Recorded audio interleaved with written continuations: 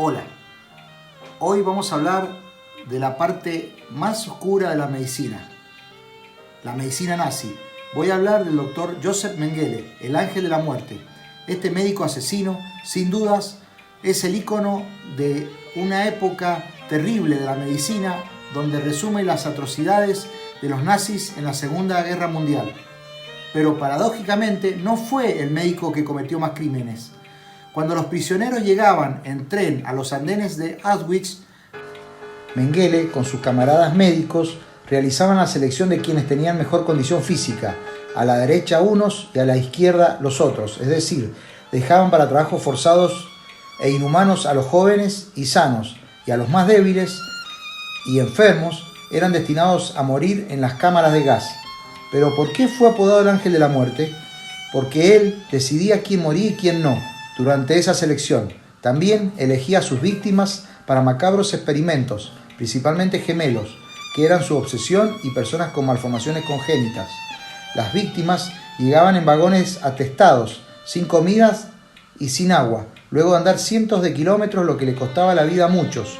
Bajaban desesperados, con la boca seca y asfixiados por el hedor de las heces y vómitos de quienes iban en los vagones. Al llegar a Auschwitz, continuaban con el olor siniestro, dulzón y acre por la incineración de carne humana. Joseph Mengele nació en Günzburg, pueblo milenario de Baviera, en 1911, en una acomodada familia católica. Su padre fabricaba maquinaria agrícola, que hasta el día de hoy se ven en los campos alemanes, aunque la fábrica, de 800 a 900 empleados, ya no existe. Estudió medicina en las universidades de Múnich y Bonn, desde 1929 hasta 1932. Aprobó sus exámenes para ser doctor en 1932 y también, antes de continuar sus estudios de medicina, estudió antropología en Viena y Múnich, es decir, obtuvo 2 doctorados. La búsqueda de la perfección en la raza aria permitió que cientos de científicos alemanes dieran rienda suelta a todo tipo de experimentos, con el fin de eliminar el error, entre comillas, del hombre, como eran considerados en ese entonces los judíos, los homosexuales, los enfermos y los disidentes políticos, entre otros.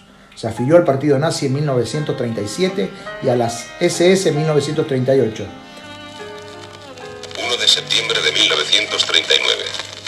Hitler anuncia la ruptura de las hostilidades con Polonia. La guerra mundial ha comenzado.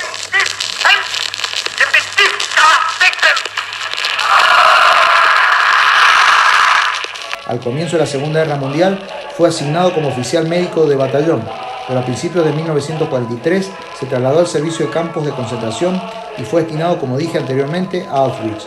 Allí tuvo la oportunidad de realizar experimentos genéticos con humanos, principalmente gemelos.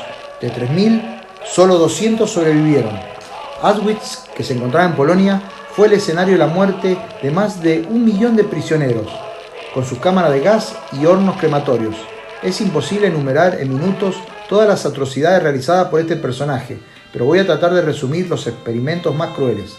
Mediante inyecciones de productos químicos intentaba cambiar el color de ojos de algunos niños para que fueran azules. Intrigado por los siameses, cosió a 2 niños por la espalda para analizar su progresión. Ambos murieron por la infección que produjo dicha operación. Era un firme defensor de la raza aria. Para preservarla desarrolló nuevos métodos de esterilización en mujeres, dolorosos y a veces letales. Estudió si resultaban viables las transfusiones sanguíneas entre gemelos. La mayoría de ellos fallecieron a causa de tales pruebas. Inyectó a varios presos gérmenes letales para estudiar sus efectos. Los nazis investigaron con mucho interés las armas biológicas. Para conocer las reacciones físicas y mentales de una persona ante un cambio de sexo, hizo esa operación a niños, principalmente gemelos. Obligó a hermanos a mantener relaciones sexuales con el objetivo de estudiar la calidad, también entre comillas, de los niños resultantes. Como los gemelos estaban acostumbrados a vivir juntos, Mengele encerraba a algunos y esperaba a ver cuál soportaba más tiempo la soledad. Seccionó los muslos de varias prisioneras asesinadas para utilizarlos como material de cultivo en su laboratorio. Obligó a una madre lactante a cubrirse con una venda las mamas para calcular cuánto tiempo podía sobrevivir un recién nacido sin alimentarse. Con una familia de enanos artistas, los hobbits, realizó numerosos experimentos, verdaderos martirios, entre ellos obligar a un integrante a tener relaciones sexuales con una mujer enferma de sífilis. Tenía Mengele una impresionante colección de ojos de diferentes colores, diferentes tonalidades de celeste hasta casi un azul violeta. Con la ayuda de una red de antiguos miembros de la SS, Mengele se trasladó por mar hasta Argentina, en el vapor Filipa, de bandera panameña. Llegó el 20 de mayo de 1949 a nuestro país. Es recibido por la Telaraña, una organización que le daba refugio a los nazis en Argentina. Se estableció en calle Sarmiento, 1895 de Olivos, Buenos Aires, con nombre falso, Helmut Gregor. Y posteriormente vuelve a utilizar el suyo y tenía documento argentino. Visita a Perón y es el principal accionista de un laboratorio de medicamentos en Buenos Aires. Se casa con su cuñada, ya divorciado, en Uruguay. Con la caída de Perón huyó a Paraguay y posteriormente a Brasil en 1960.